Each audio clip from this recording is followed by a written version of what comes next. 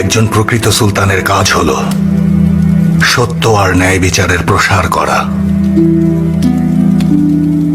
সব অত্যাচারীর কবল থেকে নিরীহ জনগণকে রক্ষা করা, শুধুমাত্র সৃষ্টিকর্তার আদেশে তাদের সত্য ন্যায় বিচারের সাথে পরিচয় করিয়ে দেয়া।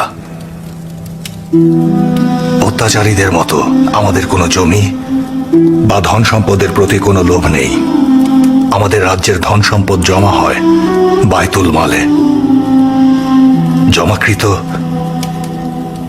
সেই অর্থের উপর আমাদের অনাথ শিশুদের অধিকার থাকে।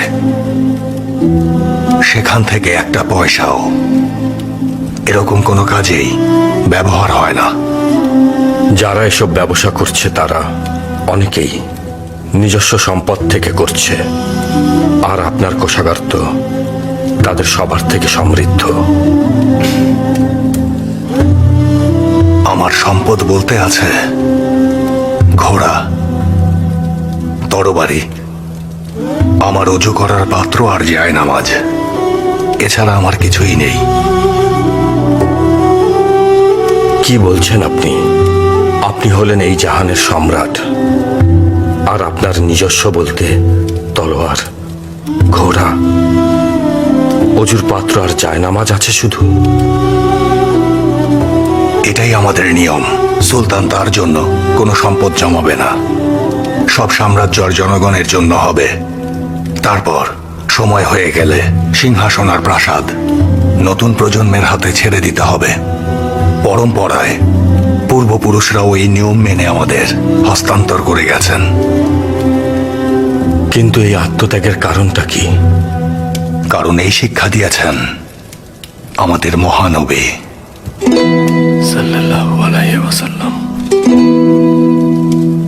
আল্লাহর বার্তাবাহক জিবরাইল কোনো এক রাতে আমাদের মহানবীর নিকটে এসে বললেন, হে মুহাম্মদ, আল্লাহ বলেছেন তুমি যদি চাও তাহলে আমি এই পাহাড়কে স্বর্ণের করে দিতে পারি, আর এই পাহাড় সব সময় তোমার সাথেই সবখানে থাকবে।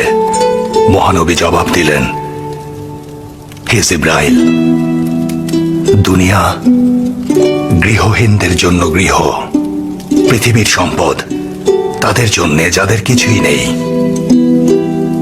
নির্বোধ মানুষেরাই কেবল এই পৃথিবীর সম্পদকে নিজের জন্য জমায়।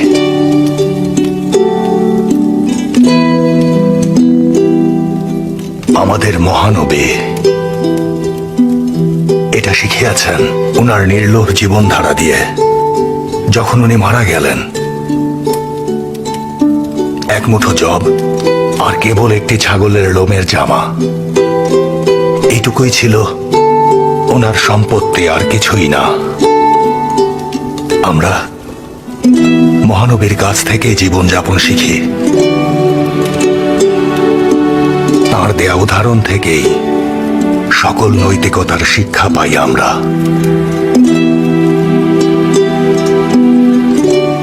এত বছর ধরে কর্মচারীদের দাস ভেবে এসেছি আমরা, কখনো দায়িত্ব ভাবিনি। কিন্তু আজ আপনার কথা শুনে বুঝতে পারছি কেন আপনার রাজ্য এত সুখী, আর কেন আপনি একজন সফল সুলতান। আজ আমরা সেরা রাজ্য হয়েছি